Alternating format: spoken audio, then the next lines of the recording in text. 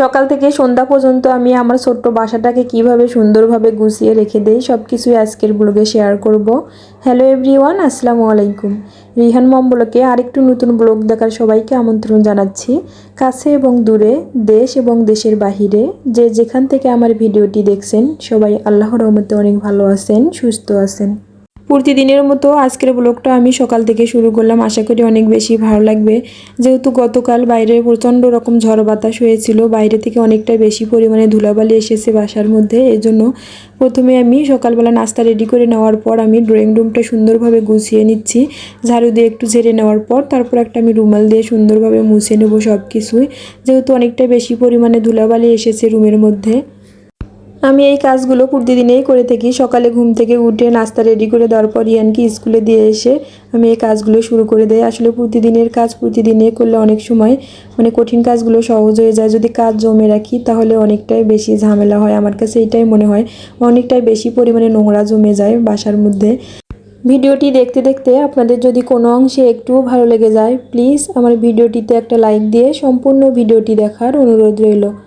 যারা লাইফস্টাইল ব্লগগুলো দেখতে পছন্দ করেন প্লিজ আমার পেজটিতে একটা ফলো দিয়ে পাশেই থাকবেন। যারা অলরেডি আমার পেজটিতে ফলো দিয়েছেন তাদেরকে অসংখ্য ধন্যবাদ। তারপরে এই তো আমার যে রুমের মধ্যে যে ওয়ালমেটগুলো রেখেছিলাম, ওয়ালমেটগুলো একটু সুন্দরভাবে ক্লিন করে নিচ্ছি। আমার প্রায় রুমের দেয়ালে আমি ওয়ালমেট দিয়ে সাজিয়ে নিয়েছি দেয়ালগুলো। আসলে ওয়ালমেট আর ফুল আমার অনেকটাই বেশি প্রিয়, আমার অনেকটাই বেশি ভালো লাগে। তবে আমার বাসার প্রায় দেয়ালগুলোতে আমি কিছু না কিছু সিম্পলভাবে রাখার চেষ্টা করেছি। আমার বাসায় যে কোনো কেউ বেড়াতে আসলে বলে যে আমার বাসাটা কি সবসময় এভাবে সাজানো গোছানো থাকে। আমি তাদেরকে বলি যে হ্যাঁ, প্রায় সময় আমি চেষ্টা করি আমার বাসাটা সুন্দরভাবে সাজিয়ে গুছিয়ে রাখতে, পরিপাটি করে রাখতে। এই তো আমার সাজানো গোছানো ছোট্ট ড্রয়িং রুমটা আপনাদের সঙ্গে এখন শেয়ার করছি। তবে আমার বাসায় হয়তো দামি কোনো বেশি ফার্নিচার নেই, তবে যতটুকু আছে ততটুকুই আমি চেষ্টা করি আমার মনের মাধুরী মিশিয়ে সাজিয়ে গুছিয়ে রাখতে। তবে আমার এই রুমটা অনেকটাই বেশি বড় হওয়ার কারণে আমি এক পাশে একটা সিঙ্গেল বেড রেখেছি আর এক পাশে আমি সোফাগুলো রেখেছি। যেহেতু বড় রুমটা এই কারণেই সম্ভব হয়েছে, ছোট রুম হলে তো এটা কিছুতেই সম্ভব হতো না। আজকের ভিডিওটা কে কোথা থেকে দেখছেন প্লিজ আমাকে একটু কমেন্ট করে জানিয়ে দিবেন। আপনাদের মূল্যবান কমেন্টগুলো করতে আমার অনেকটাই বেশি ভালো লাগে। তারপর এই তো আমার পছন্দের আরেকটা জিনিস, আমার ছোট্ট টিভি ক্যাবিনেটটা।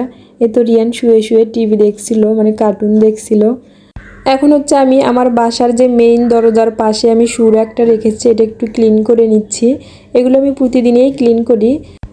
এখন আমি আমাদের পানির ফিল্টারটা একটু ক্লিন করে নিচ্ছি। পানির ফিল্টারের নিচে আমি ছোট্ট একটা কিউট আর্টিফিশিয়াল ফ্লাওয়ার রেখে দিয়েছি। আসলে এখানে রিয়েল মানি প্ল্যান্ট আমি রেখেছিলাম, তবে রিয়ানবাবু অনেকটাই বেশি দুষ্টমি করে গাছটা নষ্ট করে ফেলে দেয়, বা যে কোনো কেউ বাসায় বেড়াতে আসলে বাচ্চারা এই গাছটা ধরে নষ্ট করে ফেলে। এই জন্য আমি আর্টিফিশিয়াল গাছটা রেখে দিচ্ছি। এখন আমি আরেকটা ওয়ালমেট আমি ক্লিন করে নিচ্ছি। এই ওয়ালমেটটা আমার মেইন দরজার একদম পাশে রেখেছি, দরজা খোলার পরে দেখা যায়, দেখতে অনেকটাই বেশি সুন্দর এই ওয়ালমেটটা। তারপর আমি মেইন দরজার উপরে একটা আরবি ওয়ালমেট রেখে দিয়েছি। আমি ভিডিও শুরুতেই বলেছিলাম যে আমার ওয়ালমেট আর ফুল অনেকটাই বেশি পছন্দ, আমার অনেকটাই বেশি ভালো লাগে। এই তো আমি প্রায় সব দেয়ালে একটু একটু করে ওয়ালমেট আর ফুল দিয়ে সাজিয়ে নিয়েছি। এই তো ডাইনিং এরিয়াটা ছোট্ট একটু ডাইনিং এরিয়া। যেহেতু আমার ফ্যামিলি মেম্বার অনেক কম, এই জন্য বাসাটা অনেক ছোট হলেও সব কিছু মিলে আলহামদুলিল্লাহ।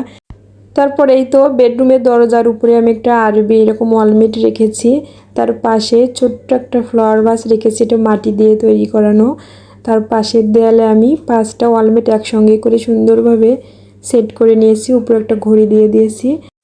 তারপর বেডের কর্নারে আমি এরকম একটা আর্টিফিশিয়াল লতা ঝুলিয়ে দিয়েছি, যে আর্টিফিশিয়াল লতার সঙ্গে যে স্ট্রবেরি ফলগুলো দেখতে পাচ্ছেন ওগুলো আমি নিজের হাতে বানিয়েছি ডিমের খোসা দিয়ে। তারপর আরেকটা কর্নারে আমি এরকম আর্টিফিশিয়াল আরেকটা লতা ঝুলিয়ে দিয়েছি। আজকের ভিডিওটা আপনাদের কাছে যদি ভালো লেগে থাকে তাহলে প্লিজ ভিডিওটিতে একটা শেয়ার দিবেন। তাহলে আজকে এ পর্যন্ত, সবাই ভালো থাকবেন। আল্লাহ হাফেজ, আসসালামু আলাইকুম।